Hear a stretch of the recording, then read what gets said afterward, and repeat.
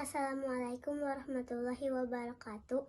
Perkenalkan, nama saya Sakila Naila Azahra, kelas 5B MI Darul Ihsan. Saya akan membahas materi SKI tentang kesepakatan antara Nabi Muhammad SAW dengan non-muslim, yaitu membuat piagam Madinah. Nabi mempersatukan antara golongan Yahudi dan Bani Kainuka, Bani Nadir dan Bani Quraidah terhadap golongan Yahudi. Rasulullah membentuk suatu perjanjian yang melindungi hak-hak asasi manusia yang dikenal dengan istilah piagam Madinah. Adapun di antara inti dari perjanjian Madinah adalah sebagai berikut.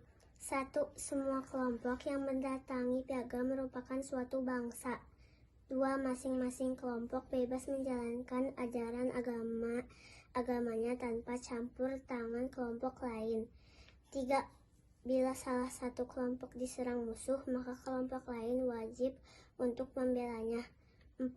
Kewajiban penduduk Madinah, baik kaum muslimin, non-muslimin, ataupun bangsa Yahudi, harus saling membantu moral dan material. 5. Mereka harus saling menasehati berbuat baik dan tidak boleh berbuat jahat. 6. Nabi Muhammad adalah pemimpin seluruh penduduk Madinah dan dia menyelesaikan masalah yang timbul antar kelompok. Ditetapkannya piagam Madinah merupakan peristiwa penting dalam sejarah Islam. Pembentukan masyarakat Madinah dapat diartikan sebagai terbentuknya negara Islam. Piagam Madinah secara umum memiliki beberapa fungsi, antara lain sebagai berikut. 1. Menyatukan suku Aus dan Khazraj. 2. Nabi Muhammad SAW diakui sebagai hakim dan kepala negara. 3. Kebebasan rakyat dijamin. 4. Mengembangkan sikap toleransi antar umat. 5. Menghentikan adat istiadat buruk bangsa Arab. Perjanjian Madinah ini tidak bertahan lama karena golongan Yahudi berkhianat. Mereka terus-menerus berusaha memecah belah kaum muslimin dan berusaha membunuh Nabi Muhammad SAW.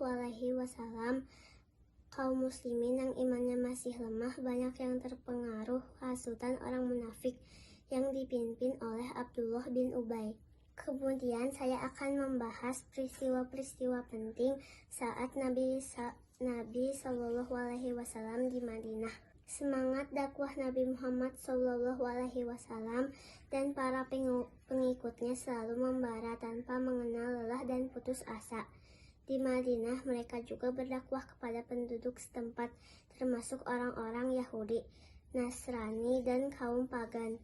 Suku Aus dan suku Khazraj menerima dengan baik seruan Nabi Muhammad SAW.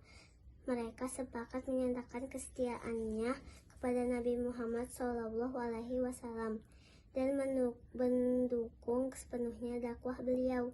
Padahal sebelum mendapat hidayah Islam, mereka selalu bermusuhan. Semangat Nabi Muhammad SAW dalam berdakwah demi kejayaan Islam. Di lain pihak, orang-orang Yahudi semakin membenci Nabi Muhammad SAW dan para pengikutnya. Mereka merasa terusik dengan kehadiran Nabi Muhammad SAW dan para pengikutnya di kota Madinah. Mereka mulai menebar permusuhan dengan menghasut suku Aus dan suku Khazraj agar mereka murtad dari Islam kembali ke agama semula. Mereka juga mengalang kekuatan untuk menghancurkan Islam. Dalam perjalanan berikutnya, mereka itu menjadi rintangan bagi dakwah Nabi Muhammad SAW. Salah satu tokoh mereka adalah Abdullah bin Ubay bin Salul yang mengadakan kontak rahasia dengan kaum kafir Quraisy di Mekah. Seluruh perkembangan umat Islam di Madinah selalu disampaikan kepada orang-orang kafir Quraisy dengan tujuan menggerogoti kekuasaan Nabi Muhammad SAW. Hal inilah yang memicu terjadinya peperangan antara umat Islam dengan kaum kafir Quraisy. Peperangan tersebut diantaranya Perang Badar, Perang Uhud, Perang Khandaq, dan lain-lain. Sekian pembahasan materi SKI dari saya. Assalamualaikum warahmatullahi wabarakatuh.